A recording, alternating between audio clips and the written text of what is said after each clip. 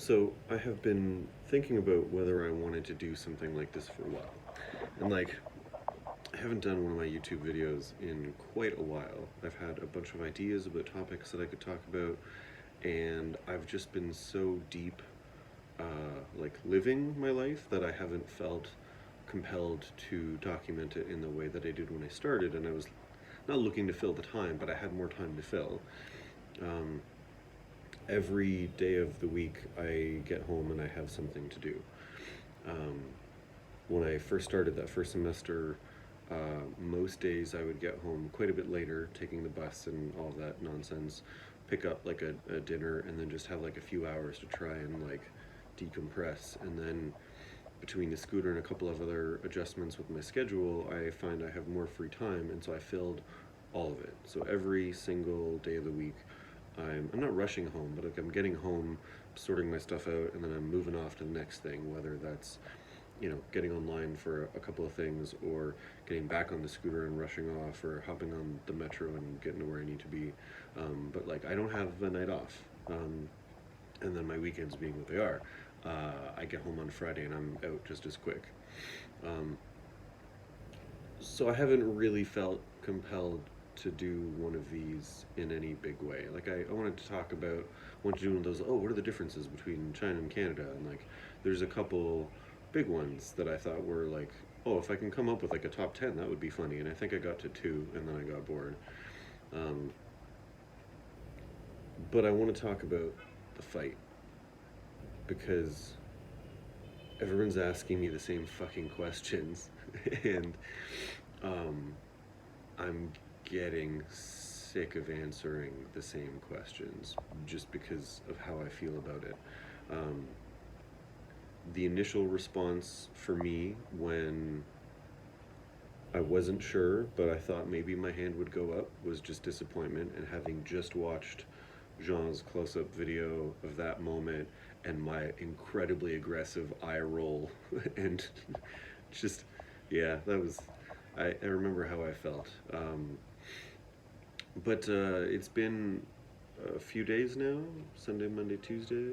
Yeah, it's been a few days, and so I don't think I won the fight. I'm gonna say something, but I mean it in the strictest sense, not in the way that it's usually interpreted. I should have won the fight.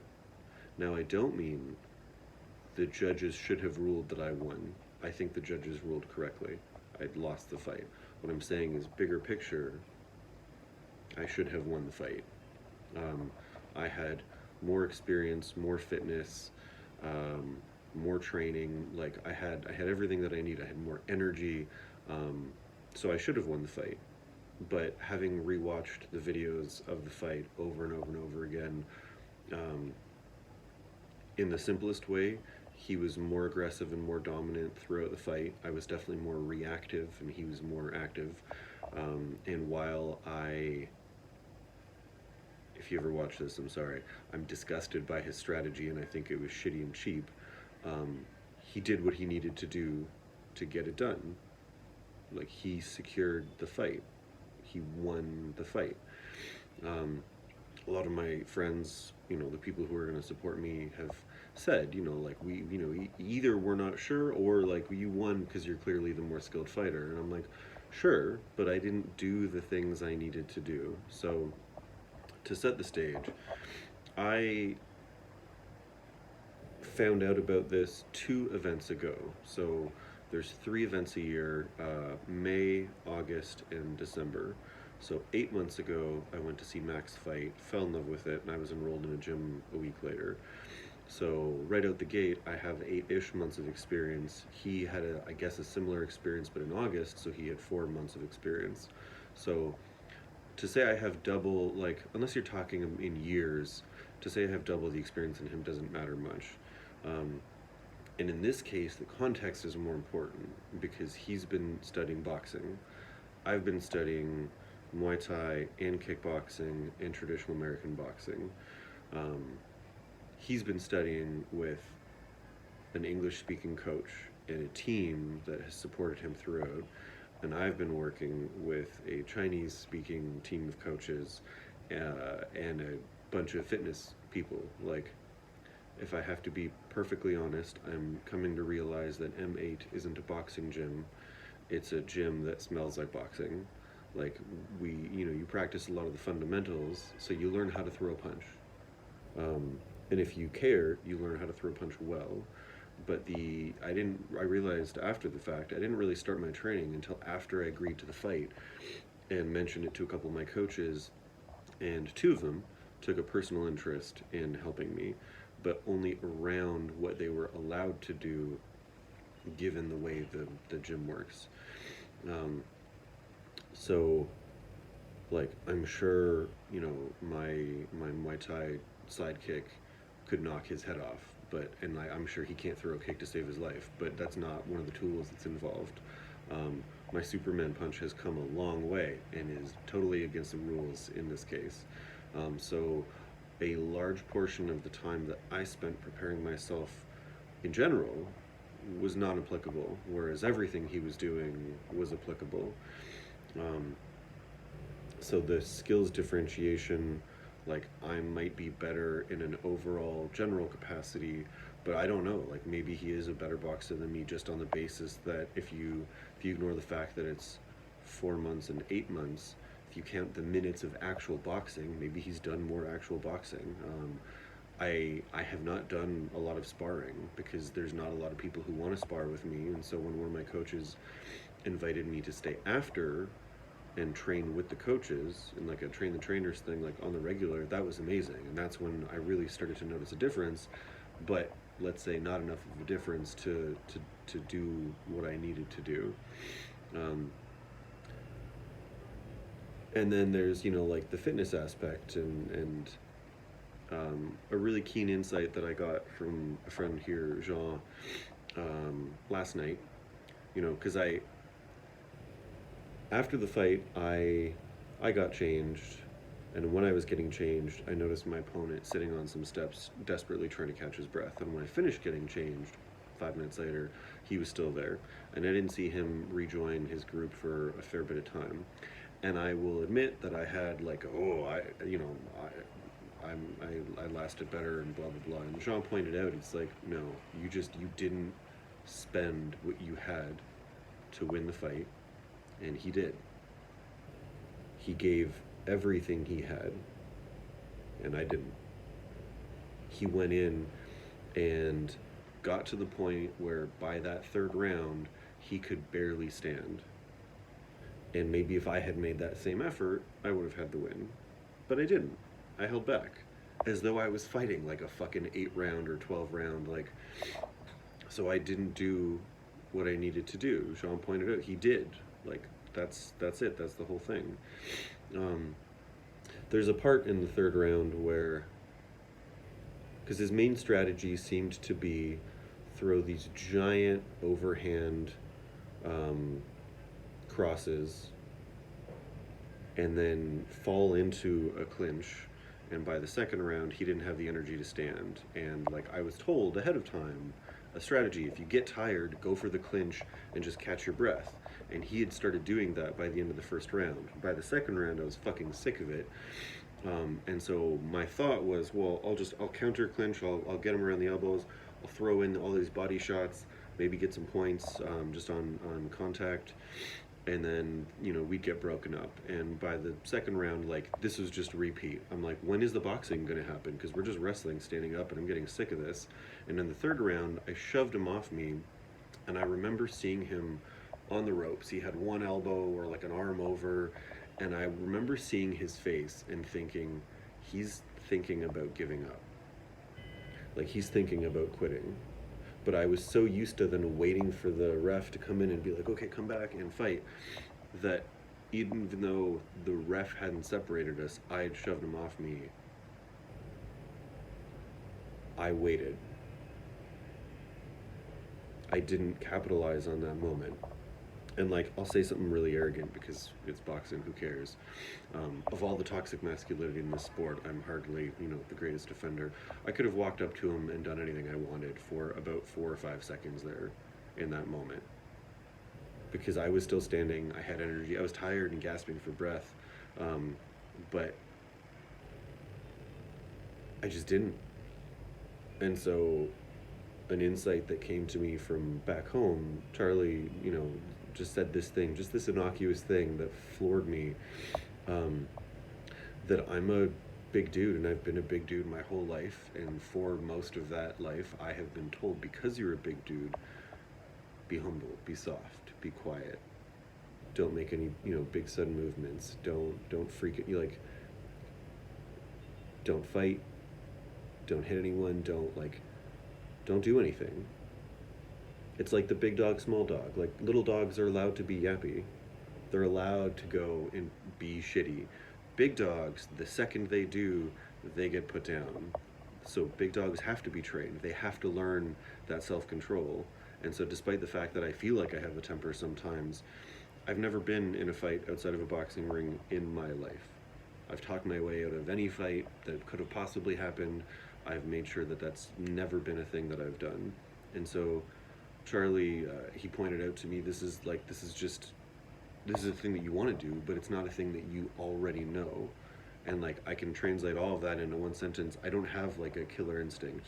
Whereas, like, you listen to some of these, UFC fighters or professional boxers, and it sounds like they really enjoy hurting people. And like, that's fine, that's their life.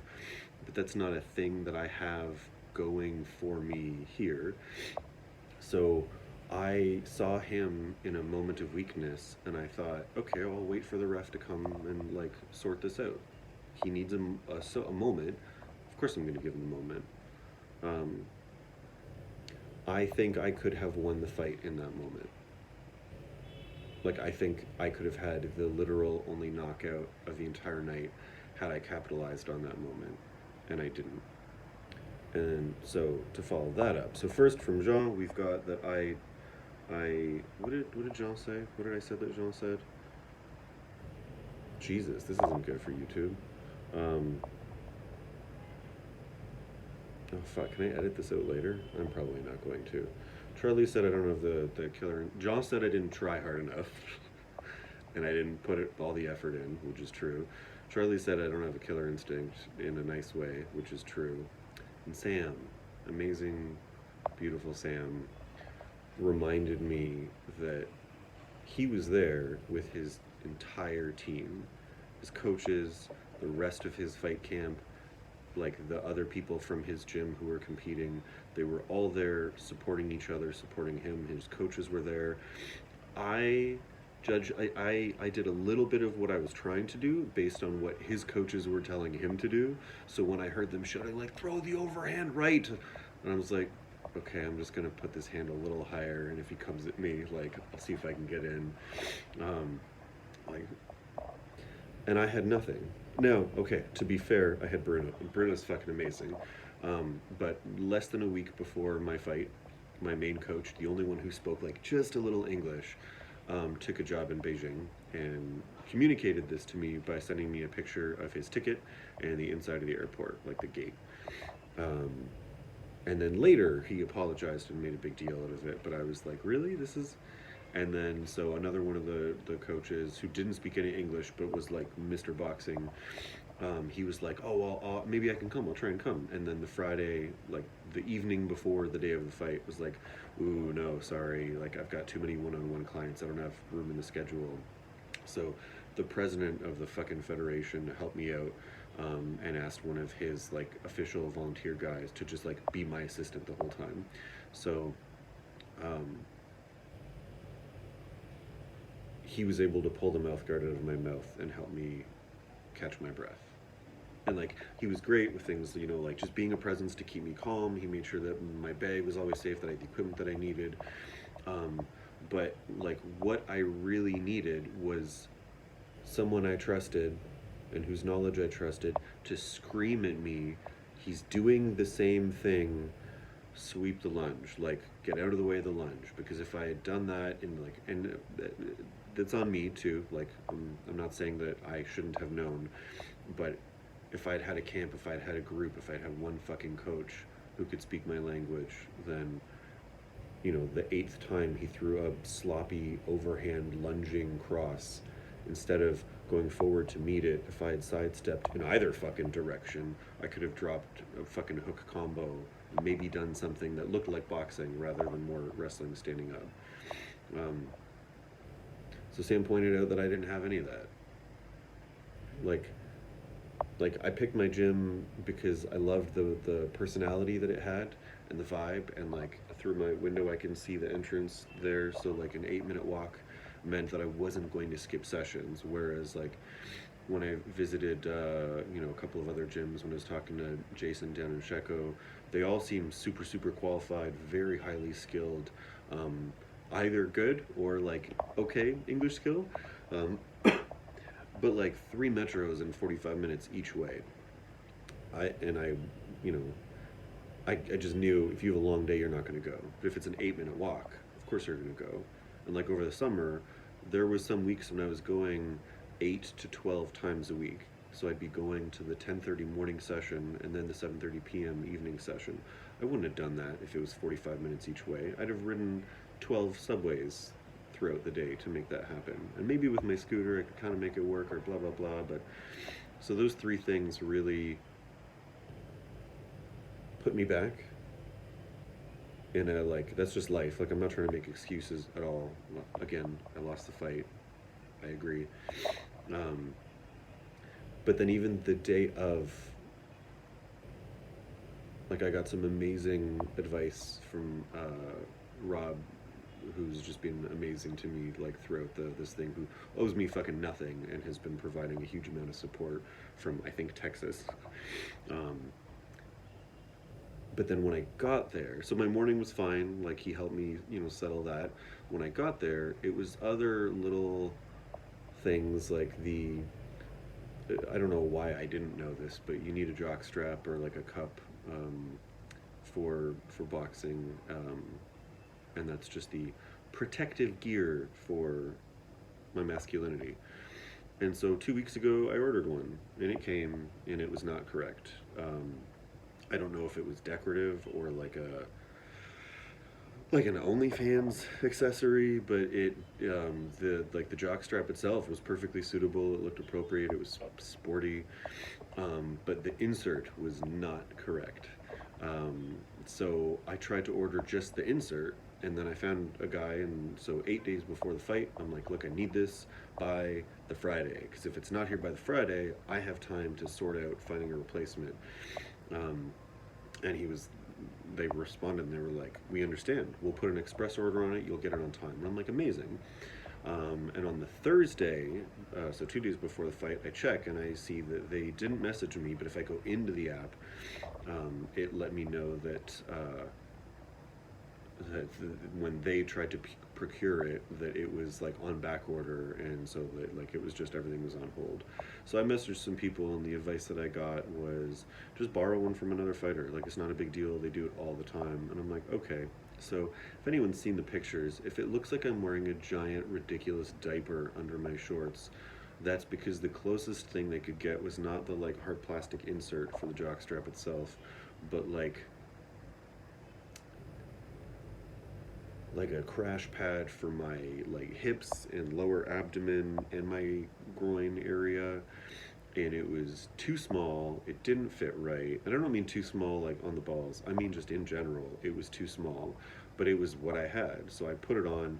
I had to like super stretch the thing at the back to get it on, so it was a little too tight. My shorts fit really nicely, which meant they were now way too tight on top of this thing, so I was uncomfortable. When Bruno found someone to like help out with like a little bit of boxing stuff, the only thing this guy really did was tie my hands, and I will never let anyone tie my hands again. I like going for like a lot of wrist support, because when I started, I had a couple of tweaks, and I don't like that, so I like some good wrist support, and then a lot on the knuckles, and the hand is minimal. And he went around the wrist twice, around the knuckles, and in between twice dedicated, and then once in between, and then really just like crisscrossed like the hand back and forth, so that like if I squeezed my fist, I'm like, yeah, it's wrapped and it's tight, but there's no support here, there's no support on the knuckles at all. I'm like, and I felt too embarrassed to be like, hey, maybe this works for you, but I don't want to do this, so I'm just going to take it all off and do it myself. So I fucking left them there.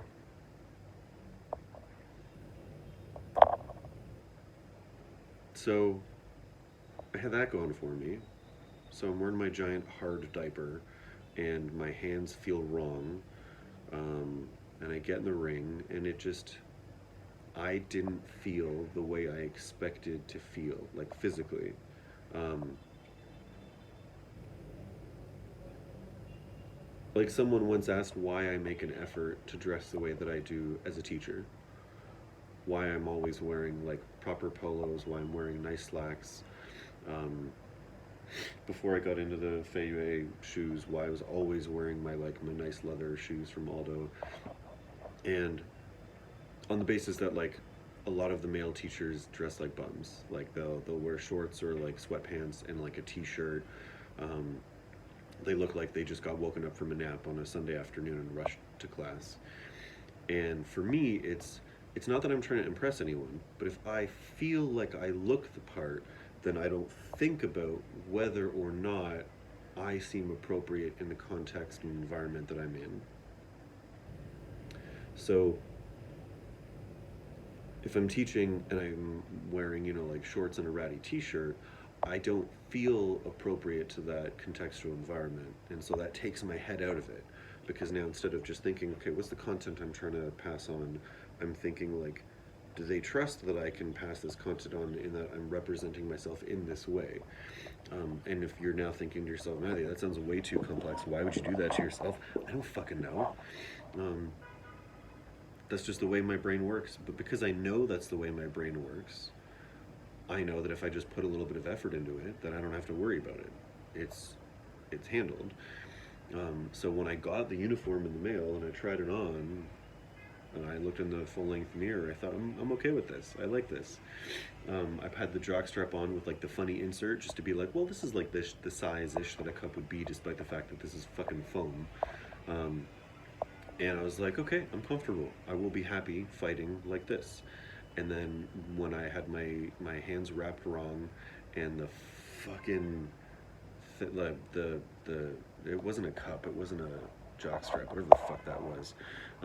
Once that was on and my shorts were back on, I was like, I don't feel comfortable anymore. I don't feel like my head is no longer ready the way that it had been before. And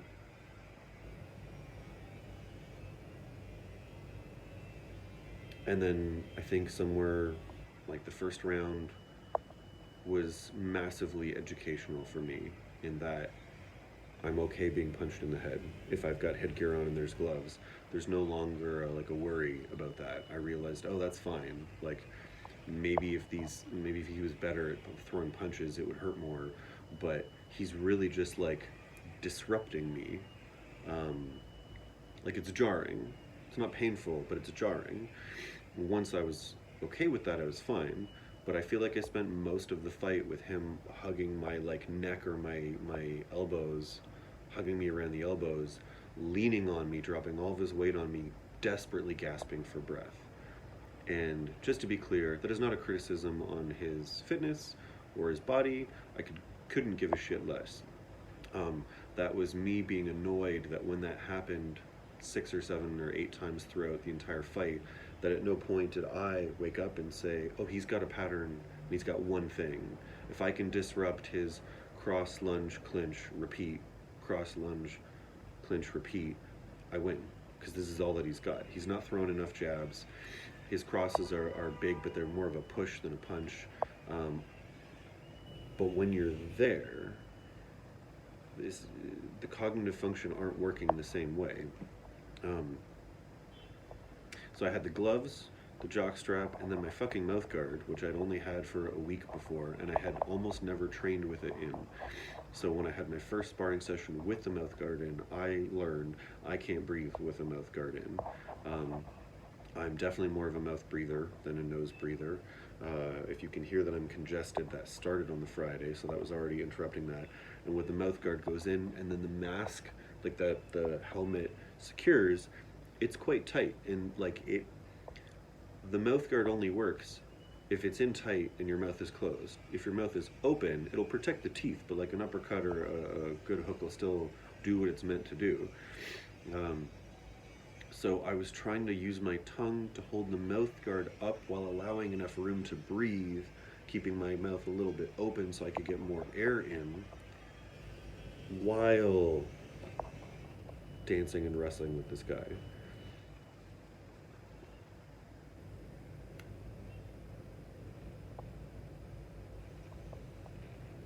And he was really aggressive, and he controlled the fight. Somewhere in the second round, I landed a good cross on him, and I broke his lip, and I had him bleeding all over himself, which was really satisfying. I picked red because China and because Canada, and because if I got a nosebleed, it wouldn't be as apparent. And when he started bleeding onto his top, it was apparent. And I thought, okay, I've hurt him. I can do that. Later, I got him in the nose, and he got a nice mark and looked like he might have been starting a black eye, and I felt good about that. So I remember having the thought, you just need to do the work. And then I didn't do the work. And then third round came, and when he was on me, and in the videos, he's going more around the neck. So he's really holding himself up, not even getting me in the head anymore. And I'm just trying to, do these little shitty hooks so that the coaches, the judges can see that I'm at least tagging him with this shit. But the strongest memory that I have of the third round is him around my neck, holding on so his face is facing my ear, dying, trying to catch his breath. And that's why I should have won the fight. Because I should have realized all these things, put it all together, and then in that moment come up with the new strategy. Not waited for the jab, parry, jab cross, like the combo that I've been practicing for the last 6 weeks that I used 0 times.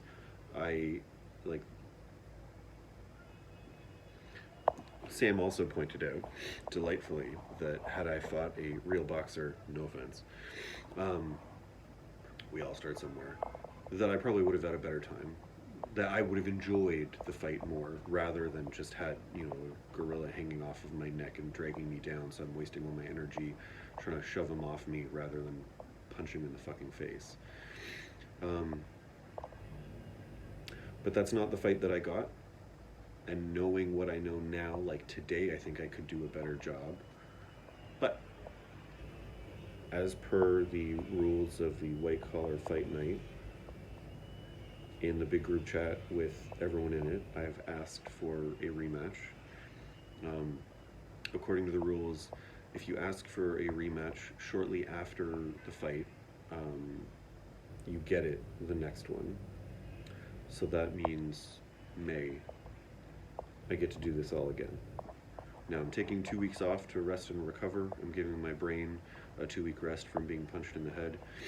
I will probably continue on with M8 just because they're so close and easily accessible, but I'm looking to supplement them with a proper boxing gym. So if I've got, because they're open every day except Monday, they have multiple group classes, which is fantastic for fitness and sometimes for boxing. But I've been put in contact with a couple of very highly skilled coaches who speak English. So I was talking to one of them earlier today, and he's invited me to come check them out. So over the next 2 weeks, I'm going to visit a few gyms, see what I see. And now that I have the scooter, I'm much less worried about transportation and that kind of nonsense. And if I get what I want, then in May we'll face off again, and I will rectify the problem that I allowed on Saturday. That's my story. Thanks for listening.